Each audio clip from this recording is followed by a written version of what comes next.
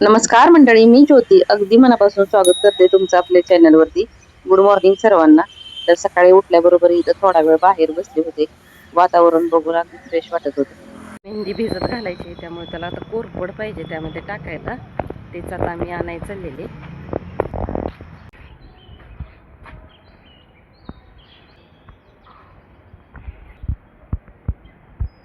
काय होईतं हे निघलं काय की कोरपडीचं एक इकडं साईडला येऊन वाळलेलं दिसतंय.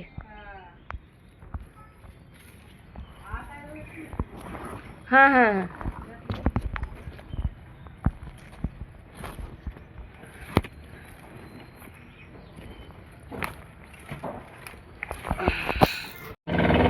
चला, घेतलंय आता कोरफड आणि जास्वंदाचं फूल. कोरपडीचं पान स्वच्छ धुवून घेऊन इथे दोन्ही बाजूच्या कडा काढलेत आणि इथं मधून कट करून असं कोरपडीचं घर काढून घेतलंय. आता हे मिक्सरला बारीक करून घेते. कसं ते मिक्सरला बारीक करून घेतलं म्हणजे आपल्याला भिजवताना व्यवस्थित असं तुकडे वगैरे राहत नाही, ते केसाला व्यवस्थित लागतं. आता यामुळे केस कसं मऊ जास्त होते आणि शाईन येते एक प्रकारची केसाला. त्यासाठी नेहमीच मी इथं कोरपड असं आधीमध्येही लावते केसांना. मेहंदी भिजवण्यासाठी मी इथं लोखंडी कढई घेतली आणि गणपतच्या मेहंदीचं वापरते मी केसांना. तर इथं 4 पॅकेट घेतलेत 15-15 रुपयाचे.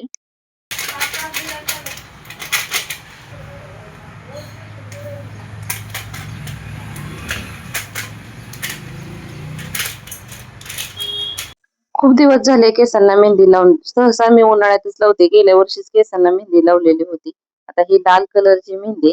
आता इथं जवस 1 चमचा मेथीदाणा, 1 चमचा कढीपत्त्याची पाने, जास्वंदाचं फूल 1 ग्लास पाण्यामध्ये हे उकळून घेतले आणि इथं कोरपडीचा घर मिक्सरला बारीक करून घेतलेल्या मेहंदीमध्ये घालून घेतलाय आणि अंदाजेच इथं 1 चमचाभर असं पॅराशूट कोकोनट ऑइल आहे ते घातलेलं आहे यामध्ये. आणि मेहंदी भिजवून घेतली. अगदी गुठळ्यानं होता सर्व गुठळ्या काढून 6 ते 7 तास मेहंदी भिजत ठेवली आणि नंतर इथं मेहंदी लावायच्या अगोदर केस असं कंगव्याने विंचरून घेतलेले, जेणेकरून गुंता वगैरे राहून केस मोकळे व्हावे आणि केसांना व्यवस्थित मेहंदी लागावी म्हणून.